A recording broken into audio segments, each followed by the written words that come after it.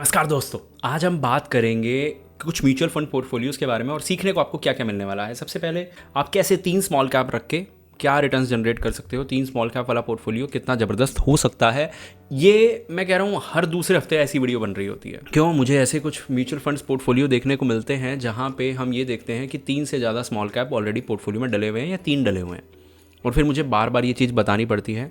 और मुझे मतलब अगर मैं इस चीज़ को थोड़ा नेगेटिव लैंग्वेज यूज़ करके बोलूँ ना, तो मुझे पता भी है ये बीमारी कहाँ से फैल रही है, तो बहुत ज़्यादा फैल रही है, तो इसलिए इसका इलाज करना थोड़ा सा ज़रूरी है। हर वीडियो में मैं कह रहा हूँ 1 या 2 लोग भी समझ जाए ना, वीडियो का काम हो जाए।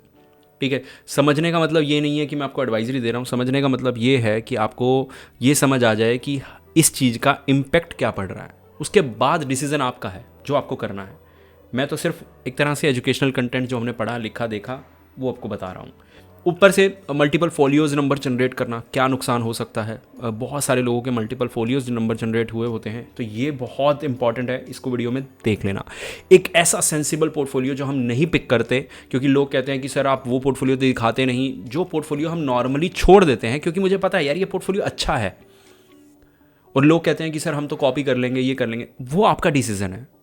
कॉपी करना है, मैं पोर्टफोलियो दिखा दूंगा, मुझे अच्छा लगा, हर तरीके से सेंसिबल है, हर तरीके से बैलेंस्ड है, फिर भी मैं वही बोलूँगा कि मैंने सिर्फ इसलिए दिखाया कि मैं आपको एक केस स्टडी तरीके से दिखा रहा हूँ। डिसीजन आपका है। वापस चलते हैं वीडियो के अंदर। यहाँ पे सबसे पहले 3 स्मॉल कैप की हम बात कर रहे थे, टाटा, मोतीलाल, बंधन। ठीक है, फिर इन्होंने 2 मिड कैप ले लिए।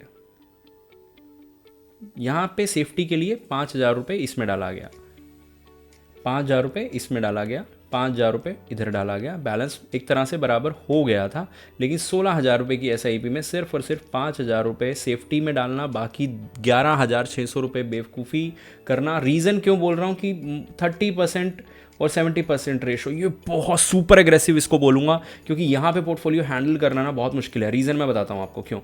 टाटा 2025 में एक बार के लिए मान लेते हैं, सिर्फ एक बार के लिए एग्जाम्पल के लिए मान लेते हैं, या चलो एग्जाम्पल भी नहीं मानते, 2024 में जब सब फंड चल रहे थे तो टाटा चलना बंद हो गया था 2023 के एंड में, और 1 साल इसने रिटर्न नहीं दिए जब बाकी स्मॉल कैप दे रहे थे, तब हमें बंधन रिटर्न दे रहा था 2024 में। उससे पहले टाटा दे रहा था, बंधन नहीं दे रहा था। मोतीलाल को तो टाइम ही ज़्यादा नहीं हुआ, तो ये पैटर्न चलता रहेगा। मान लो 2020 में आपका 1 फंड चला, 2 नहीं चले, यहाँ 2 चला, 1 नहीं चला, यहाँ तीनों चले, ये चीज़ चलती रहेगी। और इन दी एंड आप इंडेक्स अगर मान लीजिए 20% पे है, तो आप 20 + 2 या -2, ये रेंज होगी आपकी।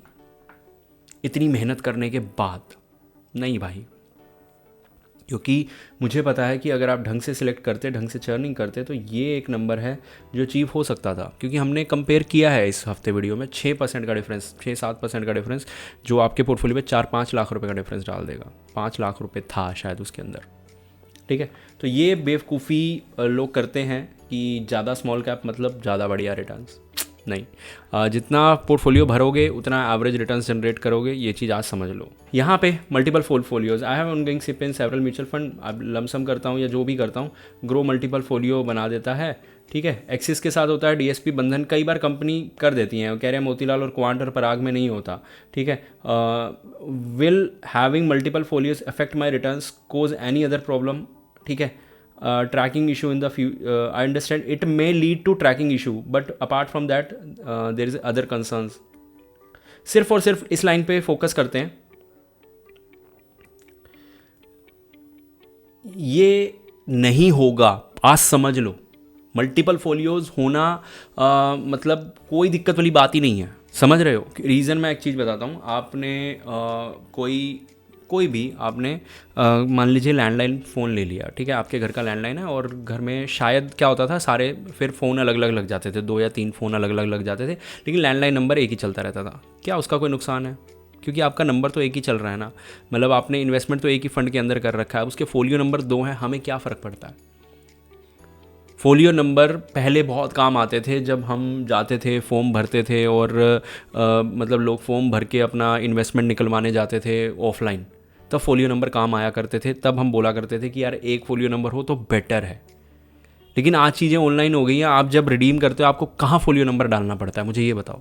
मतलब मैं तो नहीं समझ सकता कि आपको कहीं पे ये प्रॉब्लम भी आ जाए कि आप अपना पोर्टफोलियो देख रहे हो। आजकल हर ऐप, बेशक आप हमारी ऐप यूज़ कर रहे हो, बेशक आप रुपजी ऐप यूज़ कर रहे हो, बेशक आप कोई भी ऐप यूज़ कर रहे हो, तो वहाँ पे आपको एक ऑप्शन आता है कि भाई यहाँ पे आप बहुत आराम से अपना पोर्टफोलियो ट्रैक कर सकते हो। वहाँ पे भी वो फोलियो मर्ज करके अपने आप दिखा देते हैं। कोई ऐप नहीं दिखा रही, वो ऐप बेवकूफ़ है। फिर सब अपना पोर्टफोलियो मर्ज करके एक जगह दिखा देते हैं, तो ना आप तो आपको देखने में, बल्कि आप ये चीज़ें अगर चेंज करने जाओगे ना कि यार मेरा फोलियो नंबर चेंज हो जाए, फोलियो में फ़ोन नंबर चेंज हो जाए, या ये चीज़ें हो जाए, कल को आप कोई ना कोई प्रॉब्लम अपने ऊपर डाल लोगे। तो यहाँ छोड़ दो, कोई दिक्कत नहीं है। मल्टीपल फोलियो, 50 फोलियोज़ भी हो जाएं, कोई फ़र्क नहीं पड़ने वाला आपको, क्योंकि आपको आपके पैन नंबर पे जो भी फोलियोज़ होंगे सबकी डिटेल मिल जाएगी एक क्लिक में।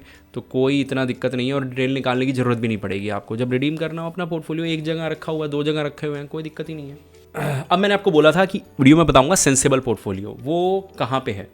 वो ये रहा, निप्पॉन इंडिया में 2800, 2 स्मॉल कैप ले लिए, 2 मिड कैप ले लिए और 1 लार्ज कैप। लेकिन एक जो ये लार्ज कैप पराग पारिक फ्लेक्सी कैप के रूप में लिया गया है, इसके अंदर पैसा ज़्यादा डाला गया है। इनके अंदर देखो 4300 है, इधर भी 43 है, इधर 44 है, तो बहुत बढ़िया है, सेंसिबल है। यहाँ पे हमें कॉम्बिनेशन बनाने की ज़रूरत ही नहीं। नंबर ऑफ फंड्स 5 पूरी तरह से कंट्रोल में, ठीक है। और 33% हमारा, ऑलमोस्ट 35% हमारा, थोड़ा सा ज़्यादा ही 33-35 के आसपास सेफ्टी में चला गया। 35 और 65 ये लास्ट रेंज होती है। इससे ज़्यादा एग्रेसिव मैं बेवकूफ़ी मानता हूँ। बेशक आप अभी ये बोलो कि सर ऊपर तो 30-70 ही तो था, ऐसे तो फिर यहाँ 30-70 पे मैं कल को एग्री करने लग जाऊँगा, फिर आप आ जाओगे कि सर 25-75 ही तो था, फिर मैं इस पर एग्री कर जाऊँगा तो आप कहोगे 20-80 ही तो था। तो कहीं ना कहीं ब्रेक लगानी पड़ती है, ये ब्रेक लगाने वाला वो नंबर है। तो मेरे हिसाब से ये पोर्टफोलियो काफ़ी सेंसिबल है, काफ़ी बढ़िया है। और आपको अपना थोड़ा सा सेफ चलना है तो कोई भी, जैसे इन्होंने 20% निफ्टी 50 में पैसा डाला हुआ है, बाकी ये एग्रेसिव चल रहे हैं, ये सेफ जाने का एक अलग अच्छा ऑप्शन होता है। इन्होंने भी काफ़ी सेंसिबल चीज़ें बना रखी हैं, एक लार्ज कैप, एक मिड कैप, एक स्मॉल कैप, और बाकी ये 20% बिल्कुल सेफ्टी में। कल को चेंज करना भी पड़ेगा तो इन 3 के अंदर 80% के अंदर 20% में आप सेफ। और ये चीज़ समझना बहुत ज़रूरी है कि मोंकी इन्वेस्टर किस तरह के होते हैं, जिनको एक जगह से उठा के दूसरी जगह बस जंप मारनी है और रिटर्न्स जनरेट करने हैं। कर पाएँ या ना कर पाएँ वो बात की बात है, वो मैं बोलने वाला कौन होता हूँ। लेकिन इनको देखो, बिजनेस साइकिल ले ली, मैन्युफैक्चरिंग ले लिया, इनोवेशन ले ली, मोमेंटम ले लिया, इनोवेशन अपॉर्चुनिटी ले ली, छोड़ा क्या इन्होंने, इसके अंदर पूरी मार्केट समा गई। नाम फैंसी रख देने से ना कुछ ऐसा नहीं मिल जाता इन लोगों को कि आप इनके अंदर जाके, मैं आपको कभी इसके अंदर ना डिटेल वीडियो बनाऊंगा, नेक्स्ट वीक डिटेल वीडियो बनाऊंगा, जहाँ पे मैं इसके अंदर के आपको स्टॉक्स दिखाऊंगा और आपको समझाऊंगा कि ये पोर्टफोलियो क्यों बहुत बेवकूफ़ी भरा है। फिलहाल के लिए चलते हैं, और वीडियो अच्छी लगी हो तो चैनल को सब्सक्राइब कीजिए, वीडियो को लाइक कीजिए। मिलते हैं अगली वीडियो में।